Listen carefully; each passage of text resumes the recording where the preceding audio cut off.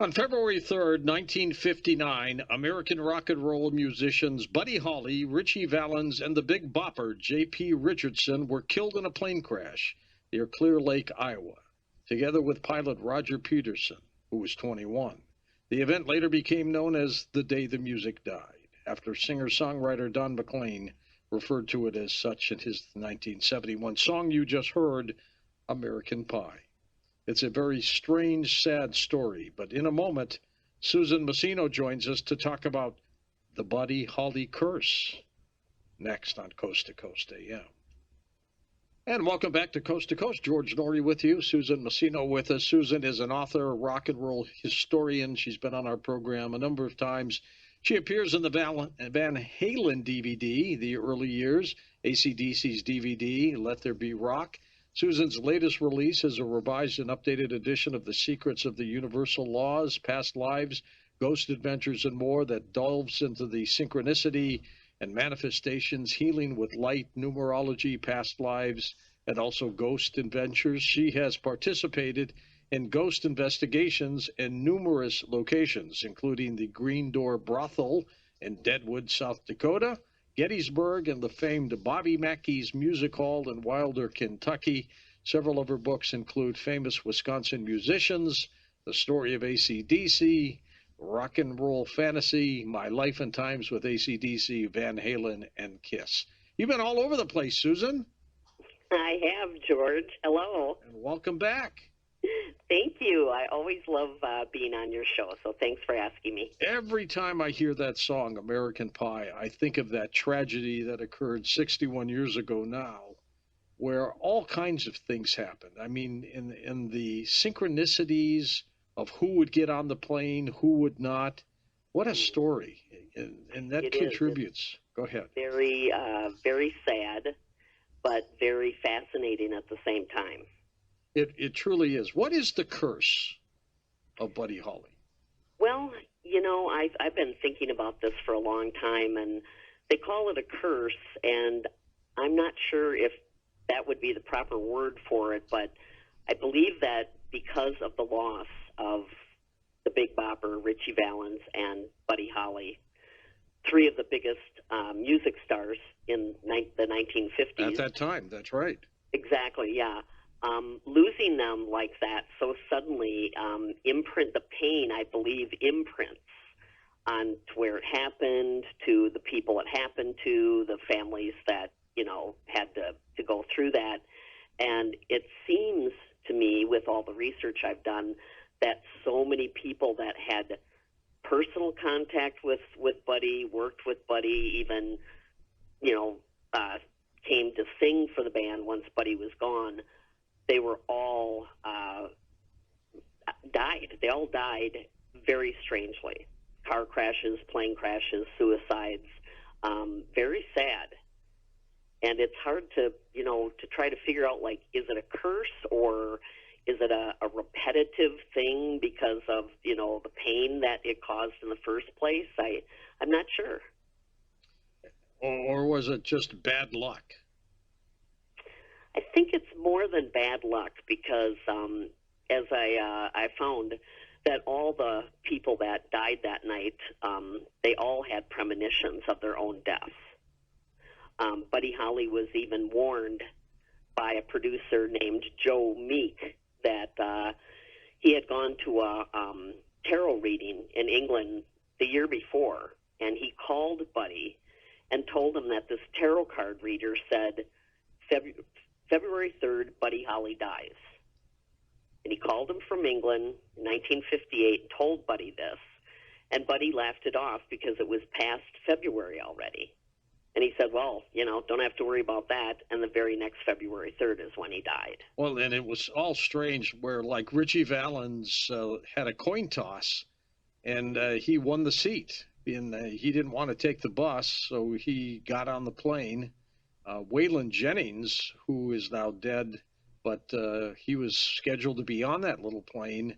He got off it, and I think he gave his seat to the Big Bopper, didn't he? Yes, he did. They were sick. I mean, they were on a bus that kept breaking down, and it was bitter cold, you know, Midwestern Iowa, Wisconsin, all of that. And the Big Bopper actually had gotten the flu.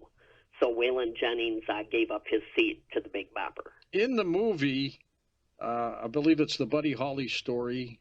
In the movie, they had Ritchie Valens as having the flu. Was he sick too? I don't think he was sick. I just think they were all like freezing to death. Yeah.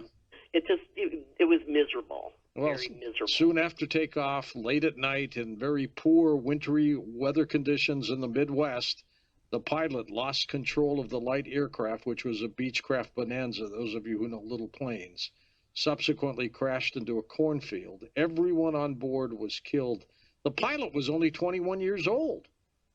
Exactly. And Buddy was only 22. Ritchie was 17. Jeez. And the Big Bopper was 28. And the Big Bopper's big song. He was a DJ, and he came up with a song called Chantilly Lace that put him to stardom, right? Yes. He was a very popular DJ, and he did have a couple of hit songs, Chantilly Lace and another one that I like. Like I said, I have so many notes on the band and all the people involved with it, but he was very popular and well-liked, great guy on tour, didn't read anything about him that wasn't good. So he was seemed to be a great guy, and he did have a big hit with that song. Now, what was the Buddy Holly curse, Susan? The Buddy Holly curse was,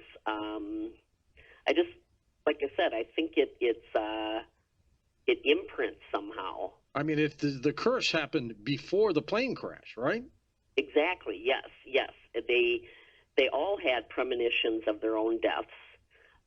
Ritchie Valens, as you might have seen in the movie La Bamba, he had a fear of planes, and he had to go to his grandfather's funeral one day, and the day that he was not at school, a small plane crashed into the actual playground. Into the playground. That's right. He kept seeing that vision of it, too. Yes, yeah. So he did not like to fly at all, and Buddy and his wife, Maria Elena, both had a dream on the same night, which is really, really creepy. She dreamed that she was standing in a field, and she saw this big, fireball out of the sky that just exploded and made a big hole in the ground. And the next day, Buddy woke up and told her that he dreamed that he was on a plane with himself and his brother and his wife, and they dropped her off on the top of a building and said, "We'll be back to get you." Oh, my God.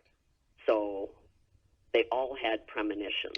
Didn't a band member make a funny joke comment to Buddy Holly before he took the flight? What did he say? Oh, yes. He said, well, it was Waylon Jennings, and I think Buddy was teasing him because he had lost his seat on the plane. He gave it up to the Big Bopper, right. And he said something like, "Well, I hope your old bus breaks down," and Waylon shot back, "Well, I hope your old plane crashes." Oh, my God. That must have haunted him for years after that. It did. He never forgave himself for saying it, and it did affect him. It really did. My gosh. Very sad. And why did they take a plane anyway, Susan? Well, they were on this bus that I have looked through their tour, and, I'm from Wisconsin, and they were up in Wisconsin doing several dates. Actually, they were in Green Bay, Wisconsin the night before they played the Surf Ballroom, and they were driving in very severe weather all the time, and some of the dates were up to 500 miles apart from each other. And the bus kept breaking down, the heat kept not working, people were getting sick. Even after the crash itself, the drummer, Carl Bunch, was hospitalized for frostbitten feet from being on the bus. So the bus was not working out well at all. It turned out to be a very miserable way to travel. There were the performers who were at the event at the Surf Ballroom in Clear Lake, Iowa, and it was freezing. If you're not from the Midwest, those winters on those flat plains are very, very cold. So I can imagine those people were just, really freezing, especially with the bus condition that it was in. Oh, I know, and the heat itself kept breaking down. So they, the bus would break down, and the heat would go off, and it was a mess, And Big Bopper was sick, and they were tired too. I mean, they were almost playing every other day or almost every day. It just, as I said, some were up to 300 miles apart from each other and 500 miles apart. So it was very grueling. And what I also found out too is that if Buddy would have been being paid properly for what he had already accomplished, he wouldn't have needed to go on that tour. Well, that's a good point. Because he was a superstar at that time, wasn't he? Yes, he was. But he wasn't making the kind of superstar money he should have. Exactly, and that there's a lot of speculation that his manager was not as honest as he should have been. And his new wife, he just got married 6 months before this. His new wife, Maria Elena, was about 2 weeks pregnant when he went on the plane that night. And she blamed herself. He wouldn't let her come along because she had just started getting morning sickness. And she kept saying in a lot of interviews that I found that if she would have been there with him, they never would have got on a plane. And she ended up having a miscarriage because of all the stress after the plane crash. Exactly. And right after, they called it psychological trauma. And she lost the baby right after the accident happened. Suzanne, who was Eddie Cochran? Okay, Eddie, here I'm looking through my notes here. Eddie Cochran was a guy, a musician, who was supposed to be on that tour. So he kind of, in a way, I think he felt guilty that he wasn't there. Was he a singer-star by himself, or was he in a group? Yeah. Okay. Yep, he was a singer-performer, and I'm looking up here on, well, I know what happened to him, but he felt really guilty about not being on the flight or not being there for Buddy. And the following year, in April of 1960, Eddie Cochran, his girlfriend, who was a songwriter, Sharon Sheely, and she had written Poor Little Fool for Ricky Nelson and, written a lot of hit songs, and they were with Gene Vincent, another rock and roll star back in the 50s. They were on their way to London's Heathrow Airport to return to California. And on the way to the airport, their car suffered a blown tire. It put the car into a spin out of control, smashed into a light pole, and Eddie Cochran was thrown from the car and killed instantly. Jeez. And that was just a little over a year after Buddy died. I mean, and this was happening to people over and over again. Strange connections with the people. There was somebody committed suicide too. He was so depressed about all this. Who was that? Yes, well, there are a few. The first, what I did was I kind of put it into a chronological order because there's so many people involved in this. So that happened in April 17th, 1960 is when Eddie Cochran died. And then in October of 1962, Waylon took over singing for a while after Buddy was killed. And of course, they kept the Winter Dance Party tour going because, you got to make money.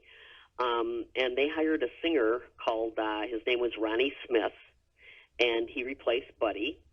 He continued the remainder of the tour, and in, 1962, he was committed to a state hospital in Texas for drug abuse and hung himself at the age of 24. Oh, my gosh. I mean, this is almost like the curse of the 27 Club. You've heard of that one. I know, yeah, and that's a long story there, too. It's amazing how all this, comes together. And, I wanted to find out who Buddy Holly's influences were because he was, one of the first rock and roll pioneers, and he actually loved Hank Williams Sr., which makes sense because Hank, rocked out in his own way. And that was one of the people that Buddy Holly loved to listen to. Wasn't there another plane crash in 1963? Yes, the next the next thing that would happen is Cowboy Copus, who was a Nashville star. He had done a 14-date tour with Buddy Holly, Hank Thompson, and George Jones. He was actually returning from a benefit for the widow of Cactus Jack Call, a local disc jockey who had died in a crash. He was riding in a single propeller Piper Comanche with fellow musicians Hackshaw Hawkins and Patsy Cline. The pilot Randy Hughes lost visibility and went down about 70 miles north of Nashville. That's the plane crash that killed Patsy Cline? Yes. Oh my gosh. That was March 5th, 1963. What does that tell you about these little planes, Susan? No, I don't like them. I really recommend no one to fly in them unless they're just doing something very safe. But again, we see even this horrific accident that involved Kobe Bryant and his daughter and tragic. 7 other people. So sad. They should never have taken off that day because of the weather. They should never have been given clearance. Right. Yeah, exactly. And the same thing with Buddy Holly. It was bad weather. The pilot was only trained in sight flying and not with his instruments. He wasn't that. And we're talking 61-year-old technology, which wasn't that sophisticated. Exactly. Yes. What happened? What happened in '64 with the original Crickets? Okay, the original Crickets were... That was part of Buddy's group, right? Yeah, the original ones, Jerry Allison, Joe B. Maudlin, and Sonny Curtis. And they continued as a group and brought in 17-year-old David Box to replace Buddy Holly. Now, Box was born in Texas and joined the Crickets in 1960. He did a couple of recordings with them that didn't go over well. It's hard to replace Buddy Holly, let's put it that way. And on October 23rd of 1964, David Box hired a Cessna Skyhawk 172 to fly to a show in Harris County, Texas. He and his drummer and his guitar player left right after the show, and shortly after takeoff, the Cessna nosedived into the ground, killing all 3 passengers. Oh, my God.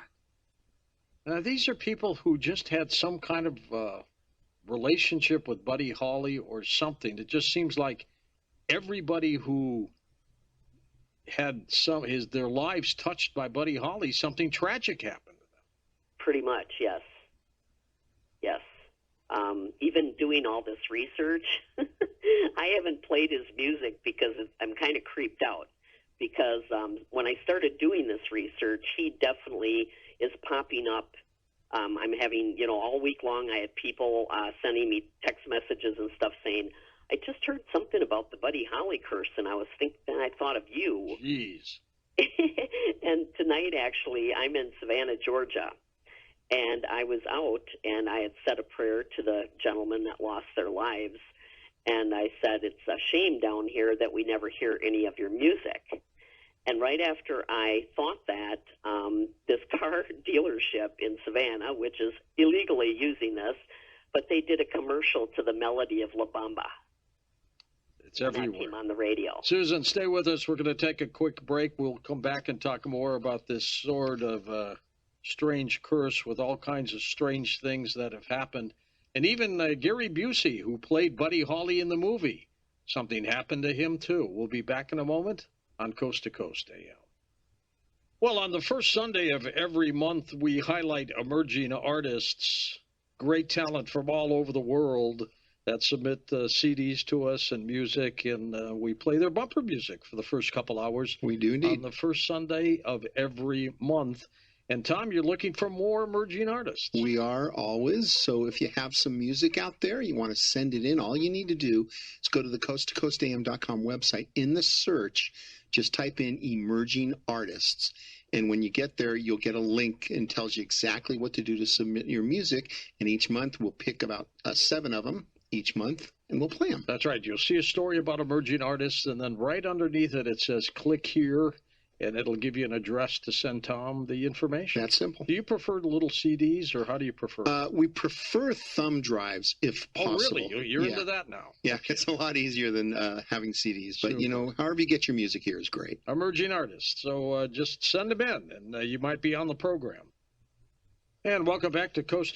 George Norrie with you. Susan Masino with us. Her website is her name, linked up at coasttocoastam.com. Been going through this list for the last couple days, Susan. It's really uncanny how many people have succumbed one way or another just by being influenced by Buddy Holly. It is very creepy, I have to say. I actually did the timeline to go so for us to follow, but I didn't include everybody. There's like another 20 people. You're kidding me. Yeah, it's just really amazing and extremely creepy. What's the story of Cricket's guitarist Sonny Curtis? Okay, let's see here. Yeah, well, I wanted to say quick, too, out of the respect to Eddie Cochran, his hits were 20 Flight Rock and Summertime Blues. That was a great song.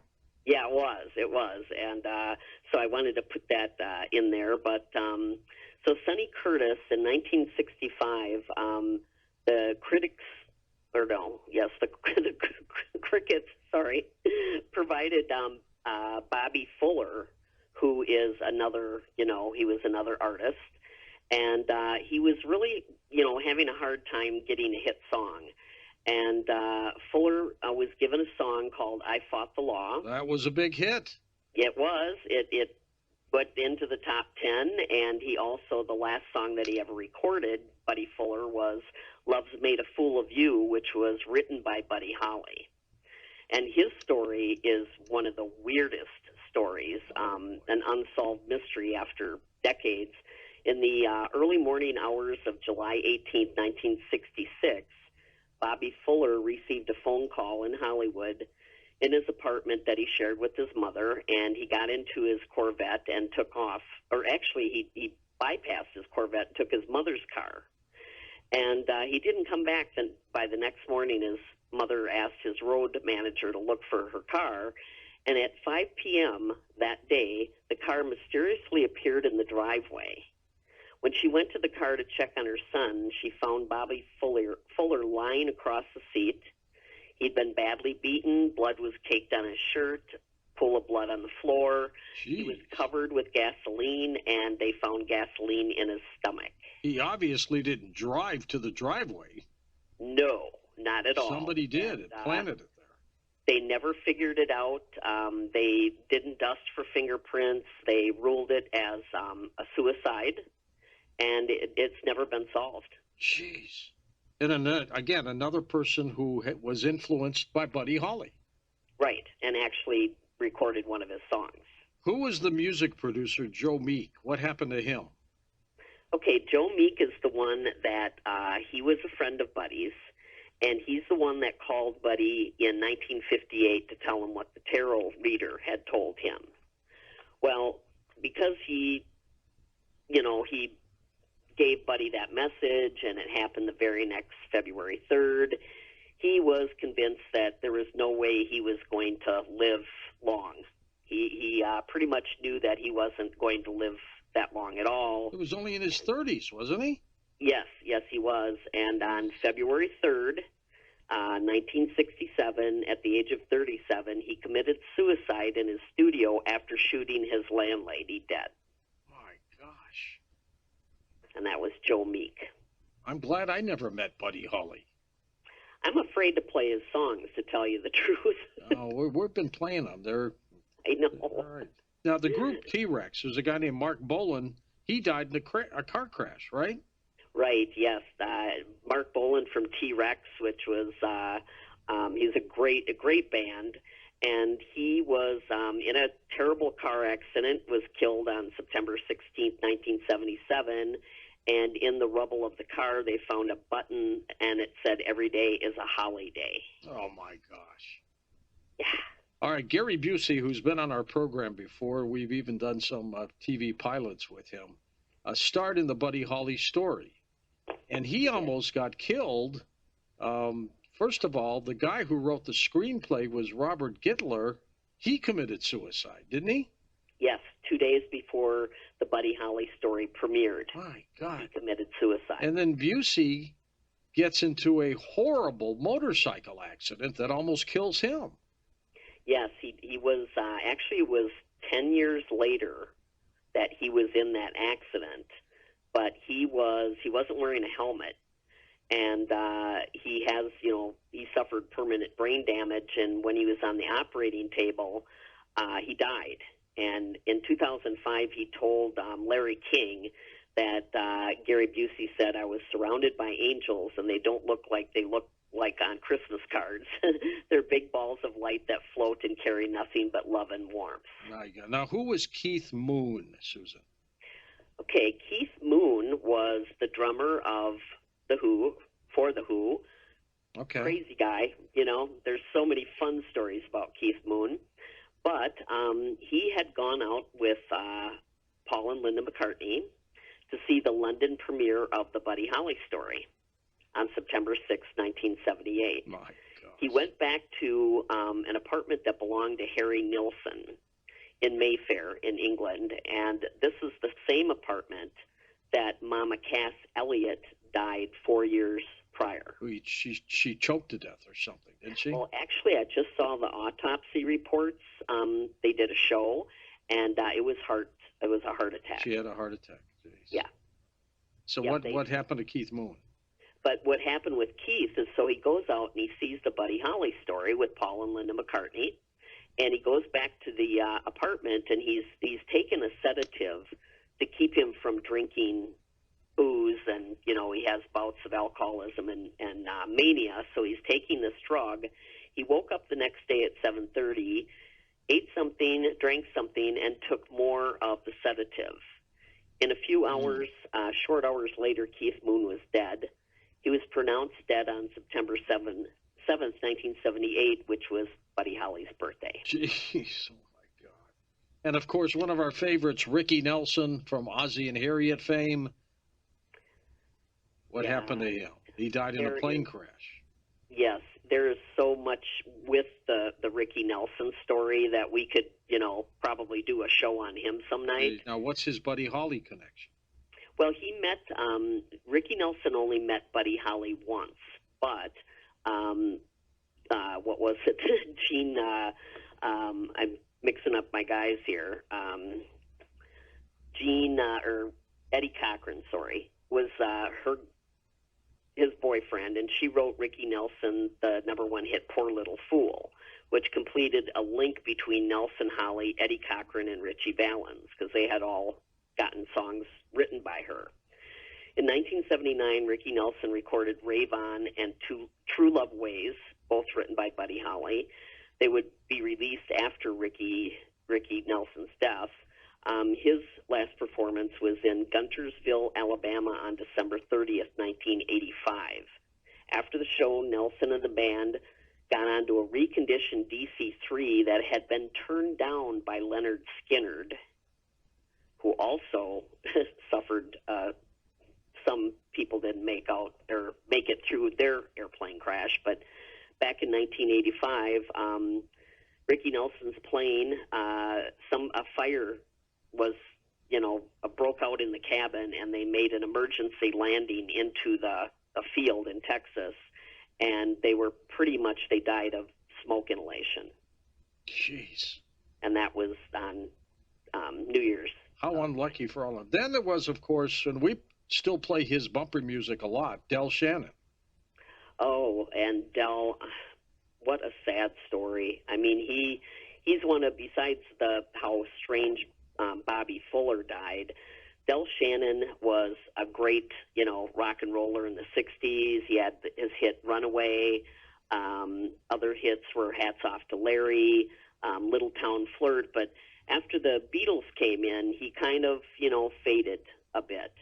And in the late 1980s, Del Shannon was attempting to come back. Tom Petty had worked with him and even included me and Del were singing Little Runaway in Tom Petty's Running Down a Dream. And even though Shannon's career had been rekindled, he suffered severe bouts of depression. His last performance at the Surf Ballroom on February 3rd, 1990, was the 31st anniversary of the Holly plane crash, and his backing band that night were the Crickets. Del Shannon returned home, and on February 9th, 1990, took out a shotgun and took his own life. Ah, my gosh. And he was unaware of the fact that he was going to be asked to take over for Roy Orbison's place in the Traveling Oh, Wilburys. my God, what a great honor that would have been. Well, that would have turned everything around for him. My gosh. And then, like you said, there's 20-some others, but there's the last one we've got, Michael Welsh. Tell us about him. Well, I forgot to put one in the middle, which is this is predates the very last one. On February 3rd, 2003, Phil Spector, the famous music producer, is known for the Wall of Sound, his production skills. He was influenced by Buddy Holly, and he shot that girl to death in his house. He's still in jail, isn't he? Yes, he is, yes, on February 3rd of 2003. And then the last person, Michael Welsh from Weezer, they gained fame with their debut album with the hit song Buddy Holly, and Welsh left the band due to a nervous breakdown and was found dead in a hotel room at the age of 40. My God. Now, Susan, you got to admit, this defies odds and probability. This is way beyond coincidence, which I don't think exists. Something's happening here. Yeah, like I said, it's like when I started researching these guys, they are popping up all over the place. I think they're aware of when, people commemorate the tragedy of losing them, and they definitely have been making their presence known. So why would the knowledge of Buddy Holly, knowing Buddy Holly, turn into death for so many people? I mean, what is it about Buddy Holly that might contribute to that? Yeah, that I've been thinking about that all week because he wasn't a bad guy, was he? Oh no, he was a wonderful young man, and I've been thinking about that and thinking that I think that because of how they died and how loved they were, that left an imprint on anything connected to them. You can find the same thing with James Dean after he died in a horrible car accident in September of 1955. Well, and they sold some of the car parts from that tragedy, and they were haunted. Yes, then people were dying because they had parts of his car in theirs. Yes. Strange. So I'm, just like a residual haunting, which is kind of a loop that comes around like on the anniversary of a death or that sort of thing. And by the way, Buddy has been seen many times at the Surf Ballroom. Oh, really? Yes. Just like hanging around? Yes, he makes an appearance there. I actually have a story from my friend Tamara Gleason, and also I got some info from Chad Lewis, who you've had on the show many times. Right. And he was just down at the Surf Ballroom, and the night that my friend Tamara was there with her sisters, so a few years back now, they went to see a band, and there was a gentleman that was dressed exactly like Buddy Holly. And they kind of giggled about it, like, well, does he think he's going to pick up chicks looking like that? Or, it was just kind of funny, and he was standing next to, right on the edge of the stage, right in front of the band, watching the band, and pretty soon, after the show was over, they looked around, they never saw him leave. So they asked some of the employees, and at first the employees didn't really want to talk about it. Oh, my gosh. It happens all the time, doesn't it? Exactly. The ticket lady said she never saw anyone come in looking like Buddy Holly, but then when they pressed him more for answers, they admitted that Buddy often shows up at the Surf Ballroom, and if he really likes the band, he'll stand right next to the stage. And everybody can see him? Well, I know my girlfriend and her sisters saw them, but then, like I said, the ticket lady didn't see him. So it's interesting. Like, did everybody see him or just certain people could see him? Susan, you cover a lot of stories with different groups. This story of the Buddy Holly episodes with all these deaths and tragedies that surround it. How would you categorize that? As just one of the bizarre stories of all times, or what? Oh, definitely. I think it's one of the rock and roll curses. You know, started all the way back in 1959 when rock and roll, you know, was just starting out. But I wonder who put what curse on Buddy before all this happened. Yeah, I don't know. We don't know that, do we? Yeah, I mean, we don't. And the fact that this, well, what did he do or something like that? Did he offend somebody? You know, he was warned, you know, by the tarot reader in England from Joe Meek, who had called him and everything. And what bothers me more is that they all had premonitions, especially Buddy and his wife. Why did he get on a plane then? It doesn't make any sense. Especially a plane like that during that kind of inclement weather. Exactly. It was just, why? You know, I've been asking that for a couple weeks now. Why? Why did they do it? Get a blanket and get on the bus, right? Yeah. And they did, the drummer was hospitalized with frostbite on his feet. Yeah, there was no heat there at all. Susan, we're going to take a quick break. We'll come back with the final hour. We'll open up the phone lines. Here's a chance to talk with Susan Masino about rock ropes. We'll be back. We are talking with Susan Masino about the unbelievable tragedies with people whose lives have been associated in one way or another with Buddy Holly, who died in a tragic plane crash back in 1959. So we will be back with your calls and Susan next on Coast to Coast AM. And we're back with Susan Masino. Susan, Elvis hit it big in 1956. He was on his way to international stardom. Where did Buddy Holly fit in with Elvis? Were they rivals, friends? Do you know? Actually, Buddy Holly opened for Elvis. He opened for Elvis. He was the warm-up act. He did, yes. Whenabouts was that? I'd have to look up the year, but again, had to be the 50s. Elvis, you know, passed away at 42. So yeah, I'll have to look this up. What would Elvis be right about now? 90-something? Yeah, 85, I think his widow is 85. I wonder if he'd still be playing. Tony Bennett still plays. So. Yeah. You never know. Okay, let's see. That was in Buddy Holly opened for Elvis on February 13th, 1955 at the Fair Park Coliseum in Lubbock, Texas. I love that stuff. So he did have a connection with Elvis. And look at the tragedy that faced Elvis. I know, 42, died the same age as his mother. His mother died at 42. Absolutely. Did that bother Elvis? After his mother passed, they say he wasn't the same person after she died. It's true. Tommy says he'd be 84 right now. Okay. Yeah. Still rocking it, shaking and doing his thing. I bet people would still go see him. Wayne Newton's still doing his thing, Susan, isn't he? Who's that now? Wayne Newton. I think he's still playing Vegas. Yeah, he is. Let's take some calls for you. You ready? Yes. Let's go to Lubbock, Texas, the home of Buddy Holly, as a matter of fact. Sherry's with us. Hi, Sherry. Go ahead. Good morning. Good morning. Hey, do they still talk about Buddy Holly out there in Lubbock? Oh, absolutely. They do. Absolutely. And my quick story was that I was a home health nurse, and I went to a small town called Slayton, just right outside of Lubbock, and I took care of this little lady, and I walked into her home, and she had a beautiful picture of Buddy Holly above her fireplace.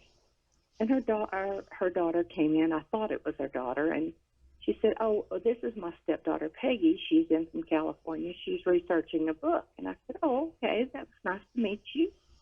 And went ahead and took care of the little lady. And the more I thought about it, I thought, this is odd. And when I was finished, I went out to the car, and I just almost got out of her driveway. And I thought, Peggy, Was that the Peggy Sue?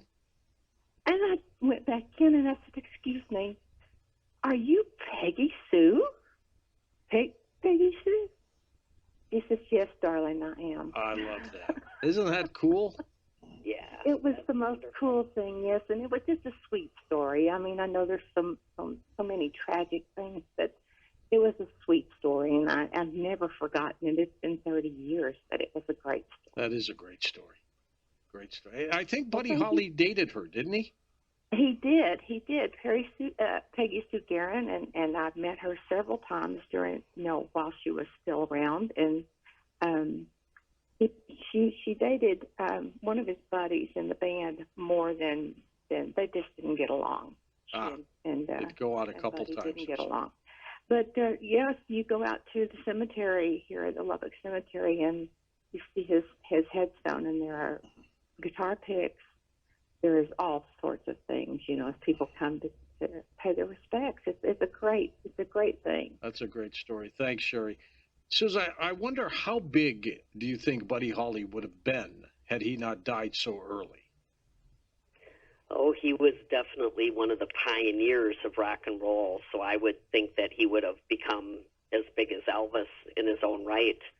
He was such a great performer, and he was only 22. And Ritchie Valens was on his way too, wasn't he? Who is that now? I'm sorry. Ritchie Valens was on his way too. Oh, he was only 17 at the time, and he had O'Donna, he had Come On, Let's Go, and La Bamba. He had 3 hit songs, and he was definitely on his way. That was a great movie, by the way, that the Ritchie Valens story. I really liked it. Yeah, so sad. It's just horrible. His brother in the movie, Bob, we have met at some events. Great guy. Oh, how that's fascinating. Great guy. It's got to be hard, though, to lose Ritchie like they did at 17. I mean, that's just unimaginable. Let's go to Harry in Brooklyn, New York. First-time caller. Harry, go ahead, sir. Oh, no, I'm not first time. I've been around a little bit, George. How are you? How'd you sneak in on the first-time caller line? Oh, sorry. I must have done. That's I meant to get in the wild card line. I'll give you a pass. Go ahead. Okay, thank you. It's great to see. I love your show. Thank you. Rick Nelson, the back of that plane, he died freebasing cocaine. The reason I know that is because when the plane landed, him and his girlfriend burnt up, but the pilot lived and was able to tell the story.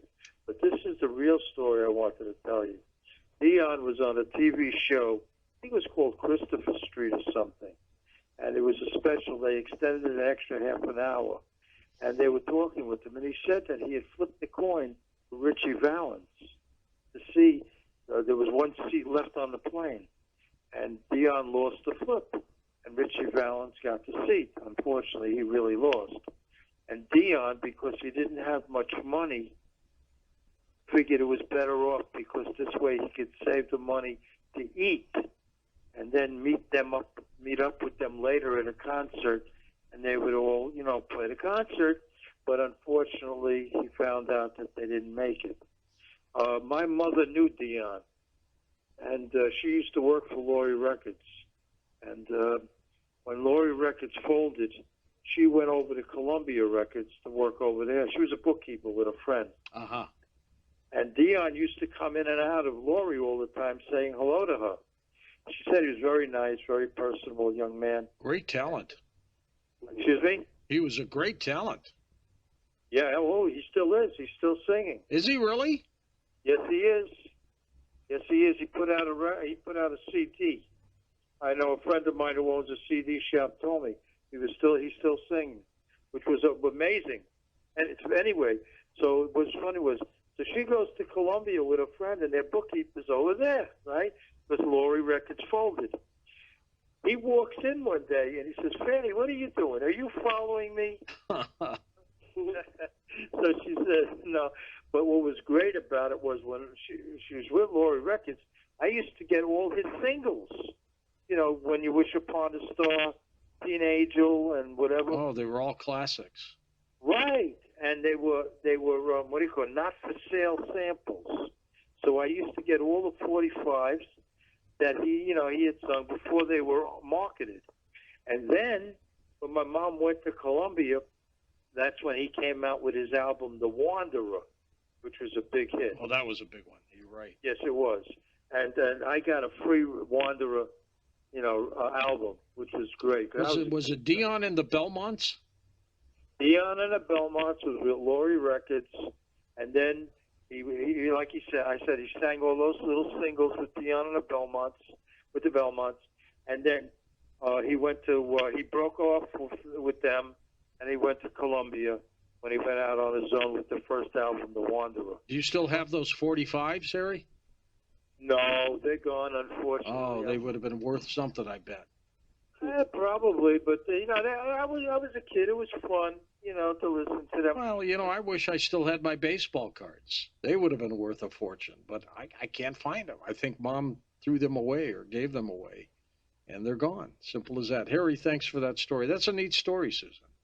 Yeah, and I did read that too. That a lot of people say that it was Tommy Alsop that gave up his seat, but I've also read too that it was Dion that did it. So both of those stories have been reported a lot, and Harry knows. So I'm glad he called in. If they could only turn back the clock. Oh, I know. My gosh, if they could only turn back the clock.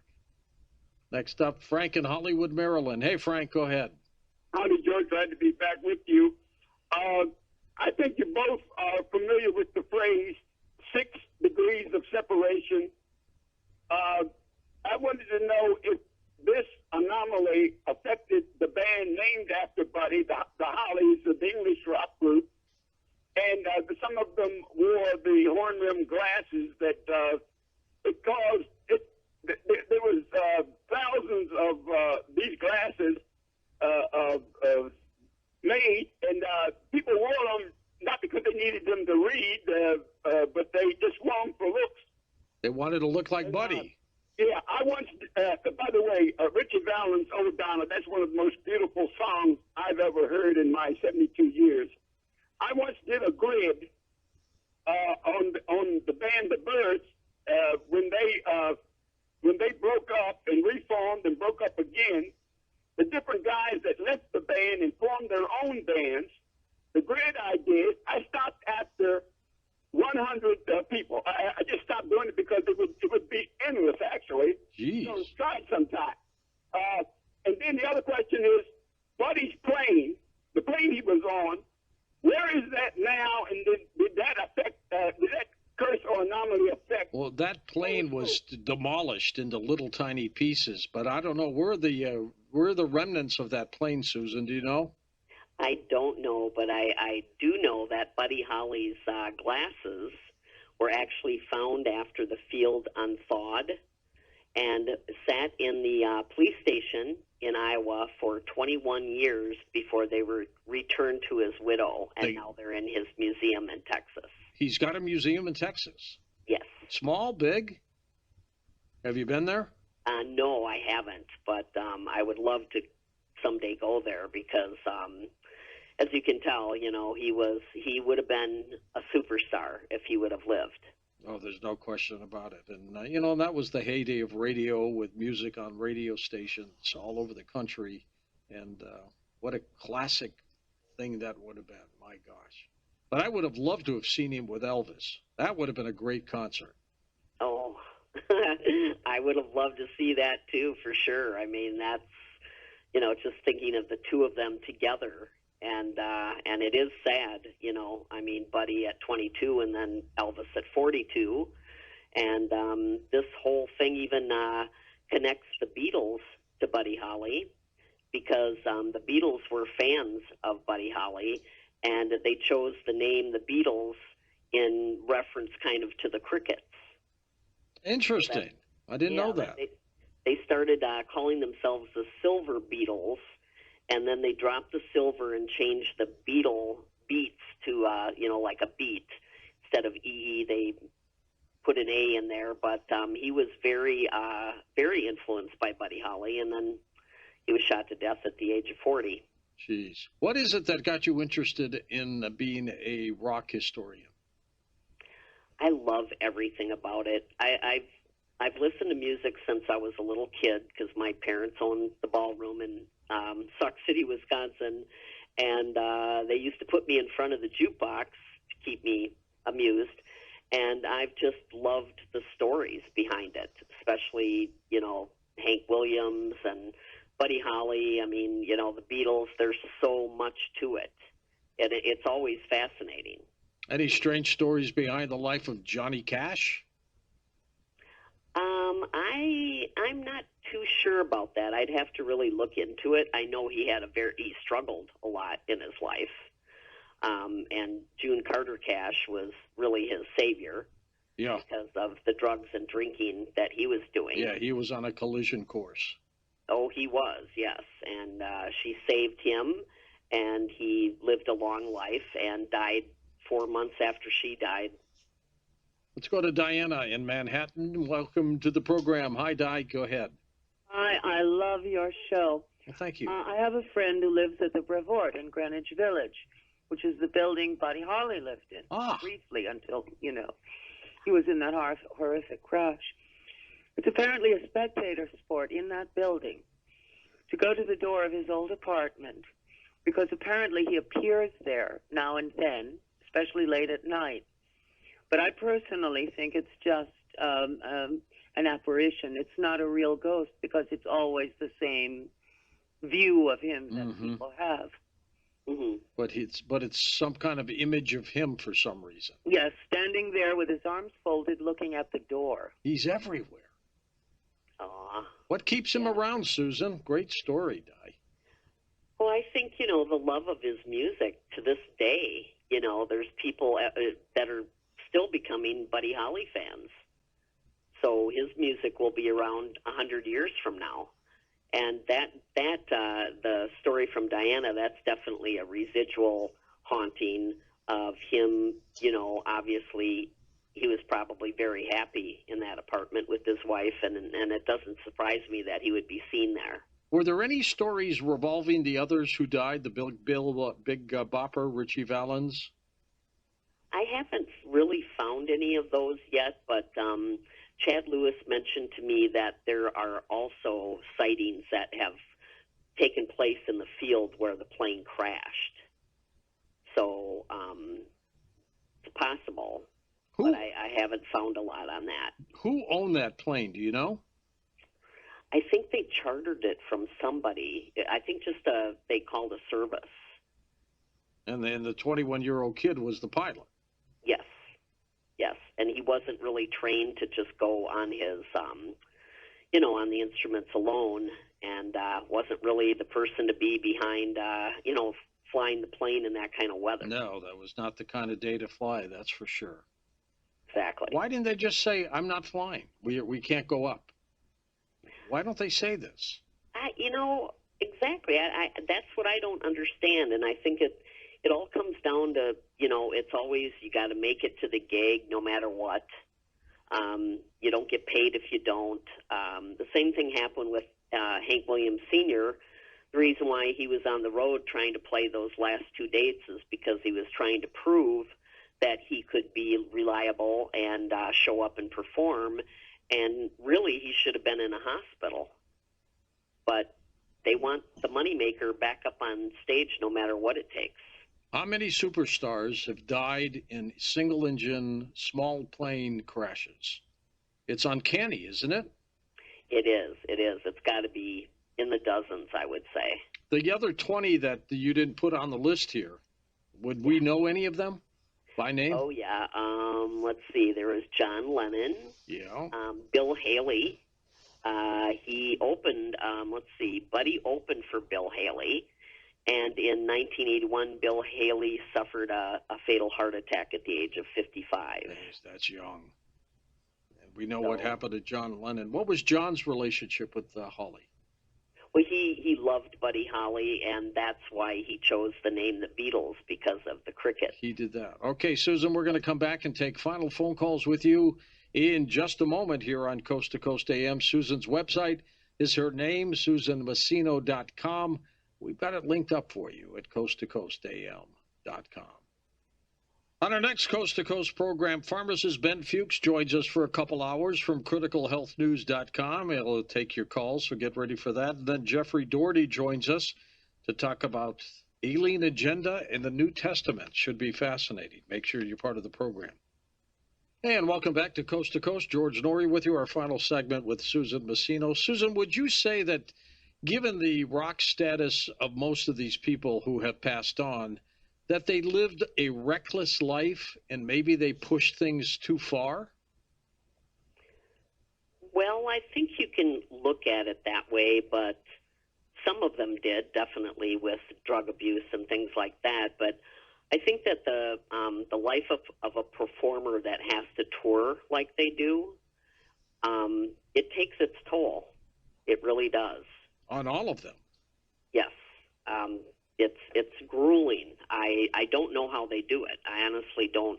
Especially, people that are still touring in their 80s, and there are some people, or even the Stones. The drummer's 79, and it's you have to take care of yourself because it's a very rough life.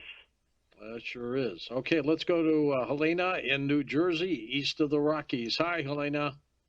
First of all, thank you so very much for taking my call. You're very welcome. I realize tonight's program is devoted to Buddy Holly, but as I explained to your call screener, I have a special connection, a spiritual connection to Whitney Houston and her daughter, who, as you know, next Tuesday, February the 11th, would be the 8th anniversary of her passing. Yeah. And 3 years later to the day when they found her daughter. Yep. I never met either Sister Whitney, as I refer to her, or her daughter. However, as I said, I do have a spiritual connection to both, and I would like to share it with you. Go ahead. What was that? What? What was the connection? All right. First of all, February the 11th, the day Sister Whitney passed, and the day that they found her daughter's body, would have been the birthday of my father. And unfortunately, a week and a half later, when she was, when they had her funeral, was the same day as my father passed. My father passed a week after his birthday, which was the day of Sister Whitney's funeral. Okay. After they found Sister Whitney's daughter, as we all know, she was hospitalized, she was in a coma, and she began making strides. She would move her fingers, she would blink her eyes. And I sent a contribution to my synagogue in memory of my father and Sister Whitney, and also for a special prayer for her daughter. 2 days after I sent the contribution or gift, I'd rather use the word gift, sure, to my synagogue, I realized that I had misspelled the name of Sister Whitney's daughter, which of course is spelled Bobbi Kristina,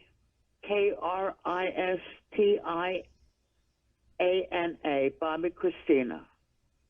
I called my synagogue hoping to correct it because they would be sending the acknowledgement to their respective church in Newark, New Jersey.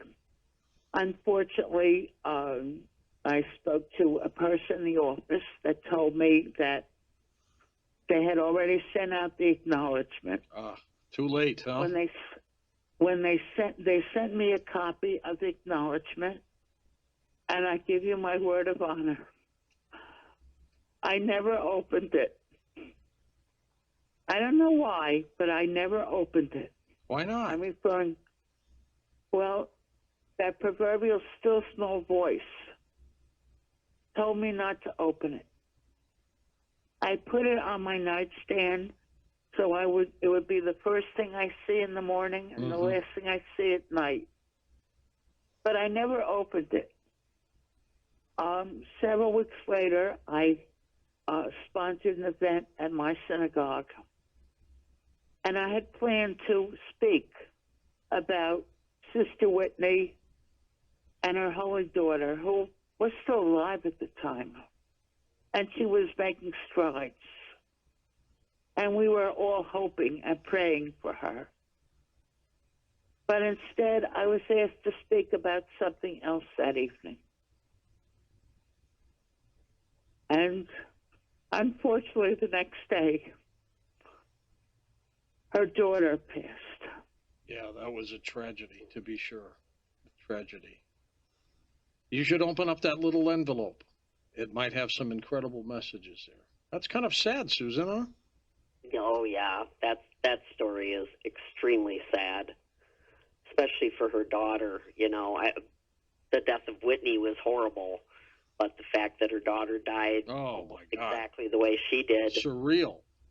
Yeah, that's very... And the gentleman that was actually sued in civil court for being responsible for her death, Nick Gordon, he just died.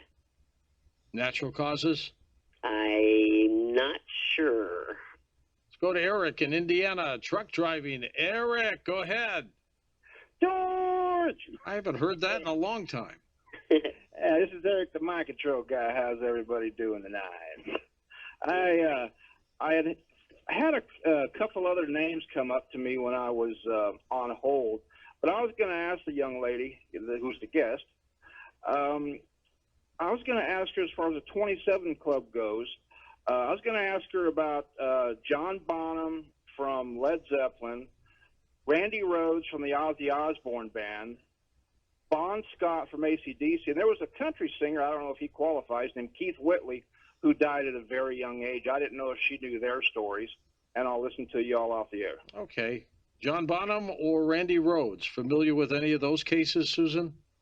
Yes, actually, especially the Randy Rhoads case is, again, another young, incredibly talented guitar player that worked with Ozzy Osbourne. And a crazy way that he died was, I believe they were at a friend's place, and Sharon Osbourne had her best friend there. Randy was there. The tour bus was at the house, and Randy was sleeping in the tour bus.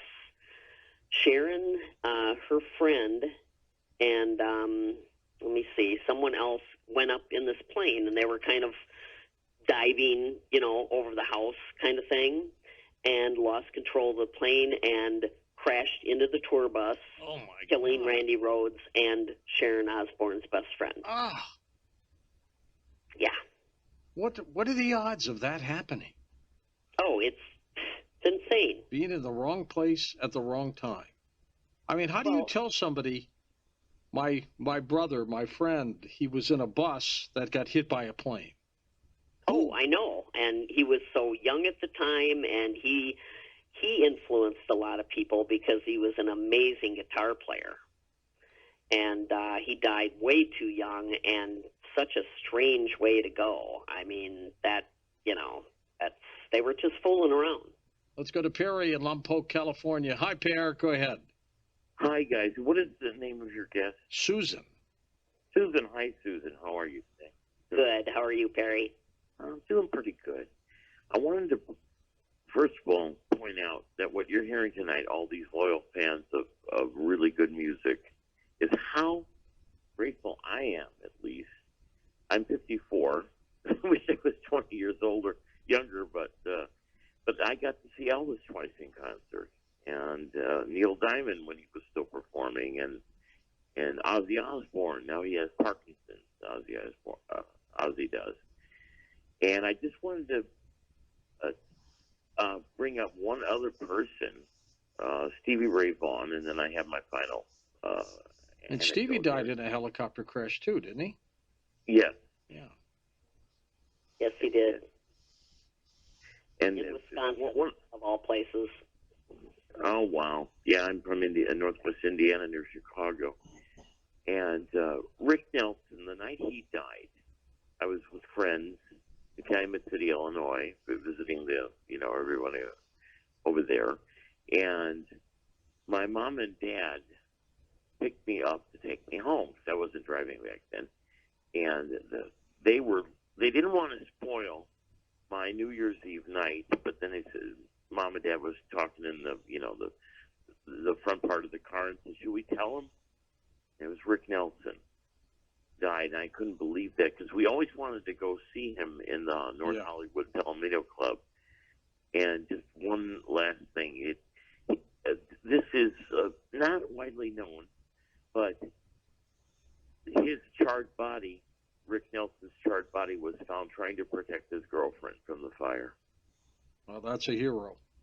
Yeah, that's right. And I do not believe that they were freebasing, as that gentleman earlier had mentioned. No, as a matter of fact, I got an email from somebody who said that their friend worked with the FAA and the National Traffic Safety Board, and that it definitely was not freebasing at all. The plane caught on fire, and they were trapped. Simple as that. Pete in Charlotte, North Carolina. Peter, go ahead. Hey, George. Great show. Susan, I want to offer, I say it's a great take on the rock and roll thing, but let me offer you something that might be a little more tangible as opposed to a curse on Buddy Holly. Well, I think it was Robbie Robertson that said, the road will kill you. And you can go back years before rock and roll. The road killed Bessie Smith, Fats Waller. You even mentioned Hank Williams. But what I contend is Holly and most of the big stars, except Presley, were all on little independent labels, having these monster hits and taking money out of the pockets of people like Columbia and Decca. I think they really tried to kill rock and roll, even to the point with the government getting involved. Like case in point, Presley got drafted at 23 years old in peacetime. I thought that was strange. Little Richard about got killed in England a year before Buddy Holly did. Chuck Berry got busted for the Mann Act and did 2 years. And they lambasted Jerry Lee Lewis's marriage all over the place. And the IRS came after Fats Domino. I mean, when the Beatles came along 8 years later, there was no deluge of travesties that happened to them. I always thought that it was strange. Well, all those things happened to the 50s rock and roll stars. And George, let me just say this. That guy you had on with the remote viewing. Yeah, Paul. Maybe you could teach artificial intelligence remote viewing and we wouldn't have any more rock and roll deaths. Yeah, that could be. Interesting take. Susan, what do you think? Might there have been a conspiracy to do some of these rock and roll stars in? There could have been, but with the Buddy Holly thing, I just think it was a matter of circumstance, the wrong circumstances. But I don't know, it's weird, even with Stevie Ray Vaughan, he played Alpine Valley, Wisconsin, East Troy, Wisconsin, the night that he died, and he left in a helicopter with 2 other helicopters, and the other 2 flew out just fine. And his helicopter, they said that it got foggy because of the weather. It fogged up, and the pilot flew right into the side of the ski hill and killed everybody on board. Just like the tragedy with Kobe Bryant and all those people.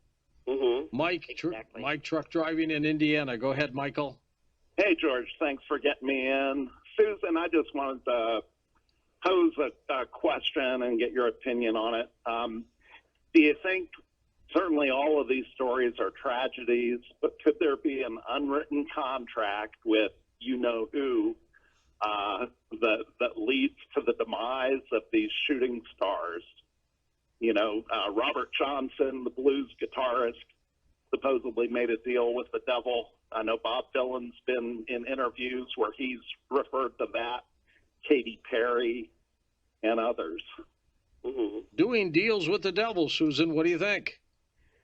Well, I think there have been artists that have done that, but with these people, I'm not so sure it was that. But Robert Johnson, it started with him because he actually left town and rode the trains up to Chicago and learned how to play better, and came back a year later, and they couldn't believe that he got better that quickly. So that started the fable of him, making a deal with the devil. There are definitely celebrities that do that and have even admitted doing that. What about Jimmy Page? Oh yeah. He's an interesting character, and they have, they suffered the loss of John Bonham, and then Robert Plant's son, 5-year-old son, died. And Jimmy Page has fooled around with things that I don't like to go near. Susan, keep in touch with us. What's your next project? An updated version of the story of AC/DC, Let There Be Rock, should be out this spring. I don't have an exact date yet. And I'm going to just continue writing and researching. All right, my dear. Thank you so much for being on the program. Always like it when you come on because you bring us some great new information. Susan Masino, her website is her name, linked up at coasttocoastam.com.